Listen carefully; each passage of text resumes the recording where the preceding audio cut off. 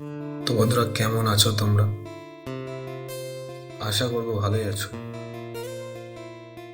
ভিডিওটা বানানোর একটাই উদ্দেশ্য, যে তুমি তোমার জীবনে যদি কিছু ভেবে থাকো যে আমি এই জিনিসটা অ্যাচিভ করবই বা শিখেই ছাড়বো, তো সেই জিনিসটা ভাই ভুলে যাও।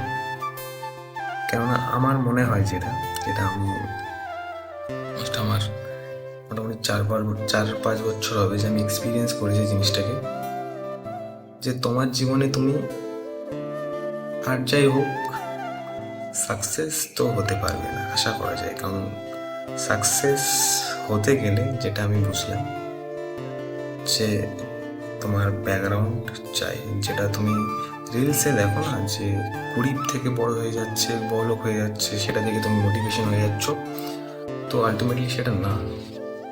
ঠিক আছে, তার ব্যাকআপ নিশ্চয়ই কিছু একটা আছে।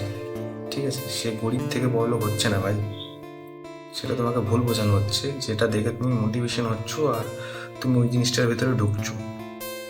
সাপোজ ট্রেডিং, মানুষ ট্রেডিং শিখতে যায়।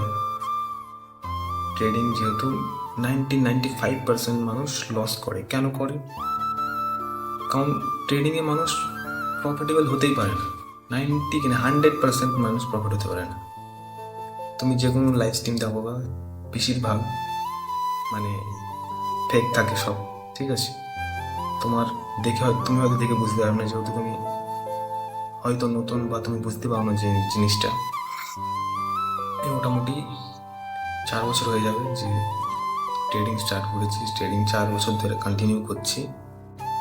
তো আমার এমন কোনো মান্থ নাই যে আমি প্রফিটে আছি। Ultimately loss. এমন নাই যে প্রফিট হয় না, কিন্তু ওখানে প্রফিটেবল থাকাটা আনএক্সপেক্টেড। তো আমার মনে হয় যেটা, যে তুমি যে জিনিসটাই ভাবো, যেটাই ভাবো যে আমি করবো, আমি সাকসেস হবো, তো তুমি পারবে না, আশা করা যায় না। তো আজকের জন্য এতটুকুই।